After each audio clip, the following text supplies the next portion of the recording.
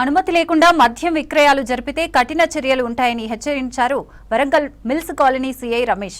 అక్రమ మద్యం అమ్మకాలపై మిల్స్ కాలనీ పోలీసులు ఫోకస్ చేశారు. బెల్ట్ షాపుల్లో మద్యం అమ్మకాలు విచ్చలవిడిగా జరుపుతున్నట్లు గుర్తించారు పోలీసులు.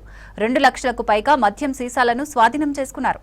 నడి రోడ్డుపై పోసి జేసీబీతో మద్యం బాటిళ్లను పగలగొట్టించారు. అనుమతి లేకుండా మద్యం విక్రయాలు జరిపితే కఠిన చర్యలు ఉంటాయని హెచ్చరించారు సీఐ రమేష్.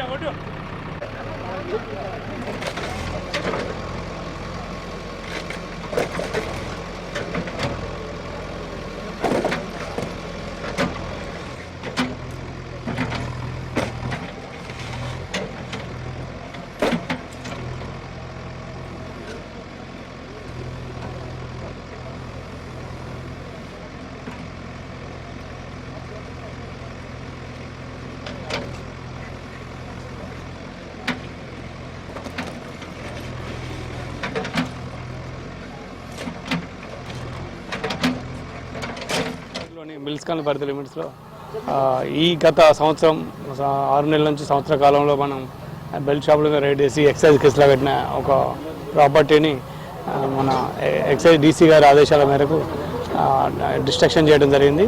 ఈ ఎక్సైజ్ సిఐ గారి ఆధ్వర్యంలో మన మిల్స్ కాలనీ దగ్గరలో ఒక 5-6 కేసుల్లో 2,10,000 వర్త్ రూపీస్ మన సరుకుని ఎక్సైజ్ వాళ్ళ ఆధ్వర్యంలో దీన్ని డిస్ట్రాక్ట్ చేయడం జరిగింది.